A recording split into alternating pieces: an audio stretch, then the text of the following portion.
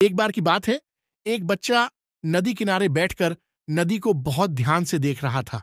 कुछ वक्त बाद बच्चे के पिता बच्चे के पास आए और बच्चे को देखने लगे।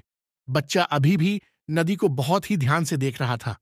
बच्चे के पिता ने बच्चे से सवाल पूछा कि तुम इतने ध्यान से इस नदी को क्यों देख रहे हो? बच्चे ने कहा, पिताजी, इस नदी का पानी कहाँ जाता है? पिता ये सवाल सुनकर खुश होने लगे कि मेरा बेटा पढ़ने लिखने में इतना होशियार हो गया है कि इतने अच्छे अच्छे सवाल पूछ रहा है। बच्चे ने एक बार फिर से पूछा कि इस नदी का पानी कहाँ जाता है? पिता ने जवाब दिया, इस नदी का पानी समुद्र में जाता है। ये सुनकर बच्चे ने एक और सवाल पूछा कि अगर इस नदी में हम कोई पत्थर या भारी चीज फेंकेंगे तो क्या वो भी नदी में जाएगी?